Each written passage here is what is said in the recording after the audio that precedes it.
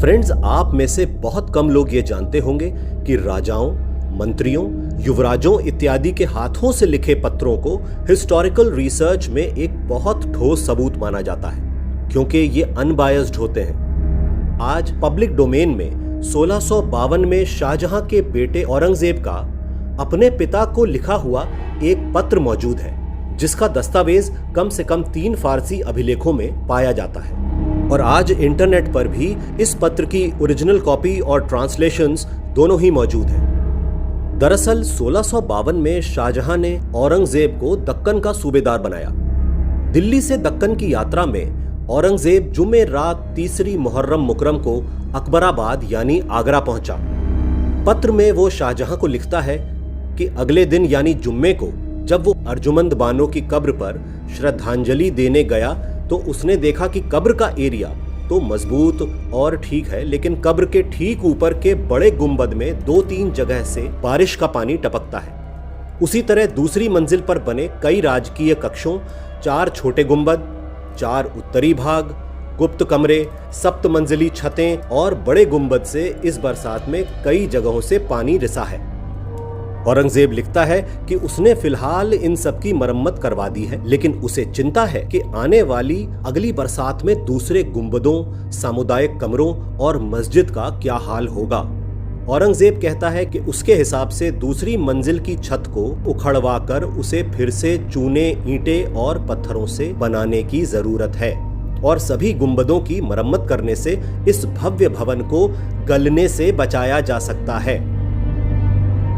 दोस्तों, अगर ताजमहल वो भवन होता जिसका कार्य 1652 या 53 में पूरा हुआ, तो औरंगजेब ताजमहल की ये दशा देखकर क्या दुखी मन से और चिंता से अपने पिता को पत्र लिखकर ये बताता कि उसने कई जगह मरम्मत करवा दी है, लेकिन न जाने अगले साल क्या होगा। बल्कि औरंगजेब जैसा क्रूर युवराज तो वहां काम में लगे अधिकारियों और मजदूरों को पेड़ों से फांसी पर लटका देता कि उन्होंने इतनी अधिक राज संपत्ति और राजकीय कोष की फिजूल खर्ची करवा दी।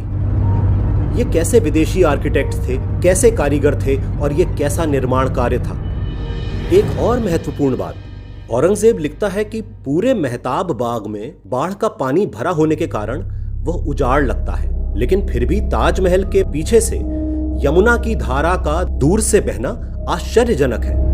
दोस्तों, आज भी बरसात के मौसम में ताजमहल के चारों ओर निचले इलाकों में कई जगह पानी भर जाता है, लेकिन यमुना बरसात में आज भी कम से कम 100 फीट की दूरी से ही बहती है। जबकि ताजमहल के पास यमुना नदी का जो घुमाव है वो तो पानी को ताजमहल की ओर ही धकेलता है। तो इतिहासकार कहते हैं कि इसका राज आपको हिंदू निर्माण शैली का कोई भी एक्सपर्ट बता सकता है।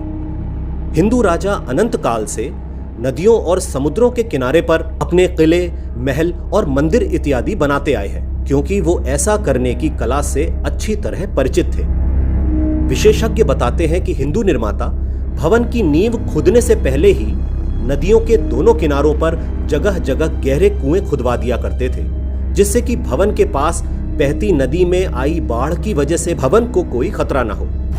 कुल मिलाके वे भवनों को रिसने और बाढ़ के पानी से बचाने में निपुण हो चुके थे। तो औरंगजेब को इस राज के बारे में तो ताजमहल में काम करने वाला कोई भी अफसर बता देता, अगर ये काम उसने किया होता तो। मगर न तो शाहजहां और न ही उसके मुस्लिम कारीगरों को इसका पता था, क्योंकि ये काम तो शायद उन निपुण हिंदू भवनकारों ने पूरा किया होगा जिन्होंने ताजमहल को यमुना किनारे बनाने का निश्चय किया होगा।